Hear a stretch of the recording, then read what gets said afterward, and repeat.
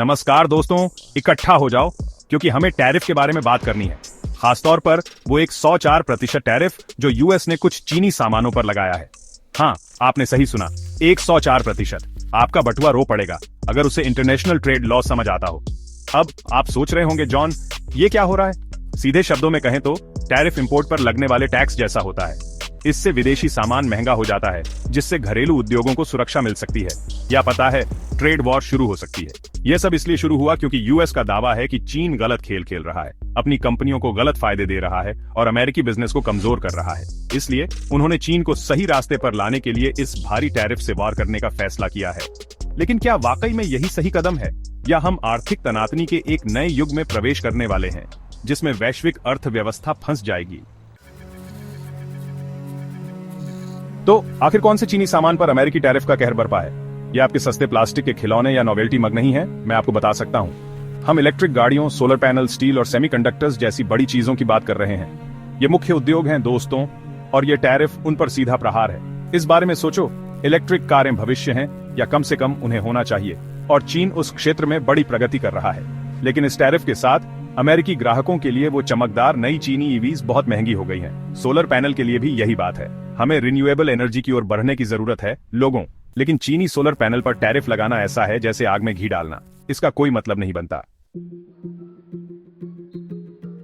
अमेरिकी सरकार का तर्क है कि ये टैरिफ पूरी तरह से निष्पक्षता के बारे में है। उनका दावा है कि चीन अपनी कंपनियों को गलत तरीके से सब्सिडी दे रहा है, जिससे उन्हें वैश्विक बाजार में एक बनावटी बढ़त मिल रही है। असल में वे चीन पर आर्थिक डोपिंग का आरोप लगा रहे हैं, अपने उद्योगों को सरकारी पैसों से भरपूर करके उन्हें अपने अमेरिकी समकक्षों से बड़ा, मजबूत और सस्ता बना रहे हैं। और हाँ, इसमें कुछ सच्चाई हो सकती है। चीन की आर्थिक नीतियां, मान लीजिए, थोड़ी अलग हैं, लेकिन क्या वाकई में एक 104% टैरिफ इसका समाधान है? आलोचकों का तर्क है कि यह निष्पक्षता से कम और संरक्षणवाद से ज्यादा है। यह अमेरिकी उद्योगों को प्रतिस्पर्धा से बचाने के बारे में है, भले ही इसका मतलब उपभोक्ताओं के लिए ज्यादा कीमतें और वैश्विक अर्थव्यवस्था को संभावित नुकसान हो। भाग 4, चीन और दुनिया की प्रतिक्रिया, बदला, लहरें और नए मौके। अब आपको नहीं लगा था कि चीन चुपचाप बैठकर यह टैरिफ सह लेगा, है ना? यह चीन है जिसकी हम बात कर रहे हैं। उन्होंने पटाखे का आविष्कार किया है। वे अपने खुद के आर्थिक पटाखों के प्रदर्शन से नहीं डरते। हैरानी की बात नहीं, चीन ने टैरिफ की निंदा की है, इसे ब्लैकमेल से लेकर आर्थिक बदमाशी तक सब कुछ कहा है। उन्होंने पहले ही अमेरिकी सामानों पर जवाबी टैरिफ लगा दिया है, और वे चीजों को और बढ़ाने से नहीं डरते। लेकिन सिर्फ चीन ही नहीं जो गर्मी महसूस कर रहा है।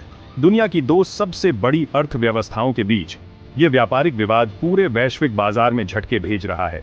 व्यवसाय अपनी आपूर्ति श्रृंखलाओं को समायोजित करने के लिए जूझ रहे हैं, उपभोक्ताओं को ज्यादा कीमतों का सामना करना पड़ रहा है, और पूरी स्थिति अनिश्चितता और अस्थिरता का माहौल पैदा कर रही है।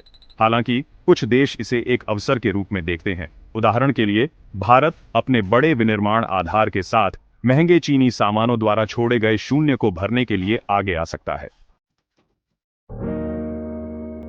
भाग 5, trade war 2.0 question mark, America चीन व्यापार संबंधों का भविष्य।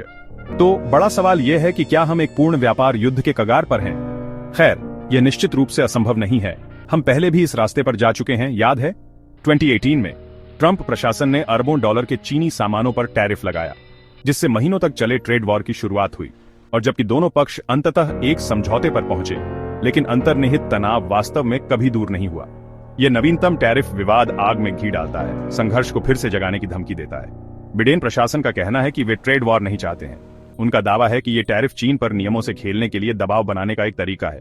लेकिन दोनों पक्षों के अड़े रहने और पीछे हटने से इनकार करने के साथ तनाव कम करने का कोई स्पष्ट रास्ता दिखाई नहीं देता। अमेरिका चीन व्यापार संबंधों का भविष्य और वास्तव में वैश्विक अर्थव्यवस्था अधर में लटकी हुई है। बने रहें दोस्तों, यह एक ऐसा रियलिटी शो है जिसे आप मिस नहीं कर सकते।